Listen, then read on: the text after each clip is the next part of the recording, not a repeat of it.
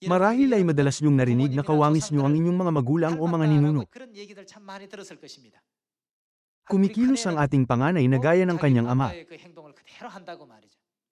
Kung panoorin niyo kung paano siya magsalita, ang mga pagkain gusto niya, at kung paano siya nakikisalamuha sa iba, malinaw niyong makikita na kawangis niya ang kanyang ama.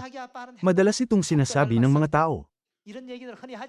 Ang binhi ay nakatakdang lumaki na kawangis ang pinagmumulan. Ang binhi ni Kristo ay nilalayo na maging kawangis si Kristo, habang ang binhi ng dyablo ay di maiiwasang maging kawangis ang dyablo. Muli nating iukit ng malalim sa ating mga puso na tayong lahat ay binhi ni Kristo. Dapat tayong maging mga tao kung saan buhay ang lahat ng katangian ni Kristo, ang kanyang dakilang pagnanais na iligtas ang sangkatauhan, ang kanyang walang hanggang pag-ibig na yumayakap maging sa mga makasalanan, at ang kanyang diwa ng sakripisyo.